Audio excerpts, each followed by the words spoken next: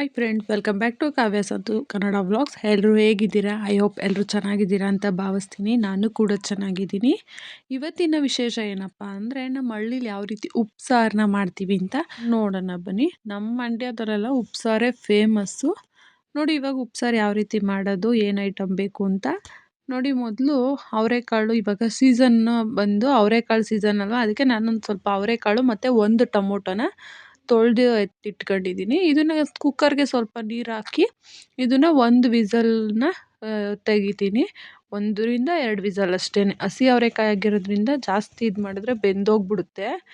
ಅದ್ರ ಜೊತೆಗೆ ನಾನೇನು ಮಾಡ್ತೀನಿ, ಹಸಿಮೆಣ್ಸಿಕಾಯಿ ಖಾರ ರುಬ್ತಾ ಇರೋದ್ರಿಂದ ನಾನು ಒಂದು 8ರಿಂದ 10 ಹಸಿಮೆಣ್ಸಿಕಾಯಿನ ಇದ್ರ ಜೊತೆಲೇ ಸೇರಿಸಿ 2 ವಿಸಲ್ ಕೂಗಿಸ್ತೀನಿ. ನೋಡ್ತಾ ಇರ್ಬೋದು. ನೋಡಿ, ನಾನು ಇವಾಗ ಲಿಡ್ ಕ್ಲೋಸ್ ಮಾಡಿ ಕೂಗೋಕ್ಕೆ ಇಡ್ತಾ ಇದ್ದೀನಿ. ನೋಡಿ, ಇದು ಕೂಗೋದ್ರೊಳಗಡೆ ನಾವು ಉಪ್ಸಾರು ಖಾರನ ಯಾವ ರೀತಿ ಮಾಡೋದು ಅಂತ ನೋಡ್ಕೊಳ್ಳೋಣ ಬನ್ನಿ. ನೋಡಿ, ಇವಾಗ ಖಾರಕ್ಕೆ ಬೆಳ್ಳುಳ್ಳಿ, ಜೀರಿಗೆ, ಮೆಣಸು, ಉಪ್ಪು ಮತ್ತು ಕೊತ್ತಂಬರಿ ಸೊಪ್ಪು. ಇದಕ್ಕೆ ಕಾಯಿ ಹಾಕೋ ಅವಶ್ಯಕತೆ ಇಲ್ಲ. ನಾನು ಇದನ್ನೆಲ್ಲನೂ ನೋಡಿ ಚಿಕ್ಕ ಜಾರಿಗೆ ಸೇರಿಸ್ಕೊತಾ ಇದ್ದೀನಿ. ಅದು ಕುಕ್ಕರ್ ವಿಸಲ್ ಹೋದ್ಮೇಲೆ ಹಸಿಮೆಣ್ಸಿಕಾಯಿ ಸೇರಿಸ್ಕೊಬೇಕು. ಇಷ್ಟೇ, ಉಪ್ಸಾರು ಖಾರಕ್ಕೆ ಇನ್ನೇನು ಹಾಕೋಂಗಿಲ್ಲ. ಹಸಿಮೆಣ್ಸಿಕಾಯಿ ಖಾರಕ್ಕೆ ಇಷ್ಟೇ ಐಟಮ್ ಇರೋದು. ನೋಡಿ, ನಾನು ಇವಾಗೆಲ್ಲ ಐಟಮ್ನು ನಿಧಾನಕ್ಕೆ ಒಂದೊಂದೇ ಸೇರಿಸ್ಕೊತಾ ಇದ್ದೀನಿ.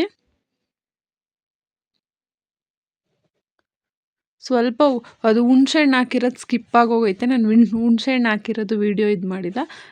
ಒಂದು ಸಣ್ಣದು ಚಿಕ್ಕಕ್ಕೆ ಒಂದು ಸ್ವಲ್ಪ ಹುಣ್ಸೆಹಣ್ಣು ಹಾಕಬೇಕು ಅಷ್ಟೇ. ನಾನು ಹುಣ್ಸೆಹಣ್ಣು ಹಾಕ್ತಾ ಇರೋ ವೀಡಿಯೋ ಸ್ಕಿಪ್ ಆಗಿಬಿಟ್ಟಿದೆ.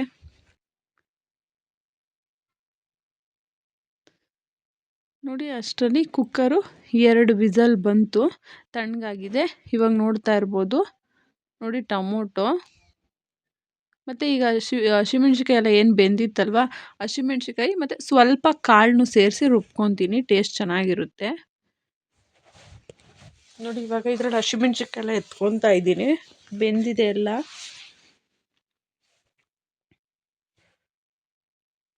ನೋಡಿ, ಇವಾಗ ಅದ್ರ ಜೊತೆನೆ ಸ್ವಲ್ಪ ಕಾಳುಗಳ್ನು ಸುಧಾ ಸೇರಿಸ್ಕೊತಾ ಇದ್ದೀನಿ. ಇಷ್ಟೇ, ಸಿಂಪಲ್ಲಾಗಿ ಉಪ್ಸಾರನ್ನ ಮಾಡ್ಕೊಬೋದು. ನೋಡ್ತಾ ಇರ್ಬೋದು ಕಾಳು ಎಷ್ಟು ಚೆಂದಾಗಿ ಬೆಂದಿದೆ ಅಂತ. ನೋಡಿ, ಇವಾಗ ಖಾರ ರುಬ್ಬಿ ಬೇರೆ ಒಂದು ಬಟ್ಲಿಗೆ ಎತ್ತಿಟ್ಕೊಂಡಿದ್ದೀನಿ. ಈಗ ಟೊಮೊಟೊ ಎತ್ತಿಟ್ಕೊಂಡಿದ್ದೆ ಅಲ್ವಾ, ಇದನ್ನು 1 ರೌಂಡ್ ಅಷ್ಟೇ ರುಬ್ಕೊತೀನಿ. ನೋಡ್ತಾ ಇರ್ಬೋದು ಎಷ್ಟು ಫೈನ್ ಪೇಸ್ಟ್ ಆಗಿದೆ. ಇವಾಗೇನು ಕುಕ್ಕರಲ್ಲಿ ಕಾಳು ಬೆಂದಿತ್ತಲ್ವ ನೀರು, ಆ ನೀರಿಗೇ ಈ ಜಾರಲ್ಲಿರೋದೆಲ್ಲ ಹಾಕ್ಕೊಬೇಕು. ನೋಡಿ, ಇವಾಗ ಇದನ್ನೆಲ್ಲನೂ ಸೇರಿಸ್ತಾ ಇದ್ದೀನಿ. ಇದಕ್ಕೆ ಇನ್ನೊಂದು ಸ್ವಲ್ಪ ನೀರು ಹಾಕ್ಬಿಟ್ಟು ಜಾರ್ನೆಲ್ಲ ಒಂದ್ಸಲ ಮಿಕ್ಸ್ ಮಾಡಿಬಿಟ್ಟು ಹಾಕ್ತೀನಿ ಅಷ್ಟೇ.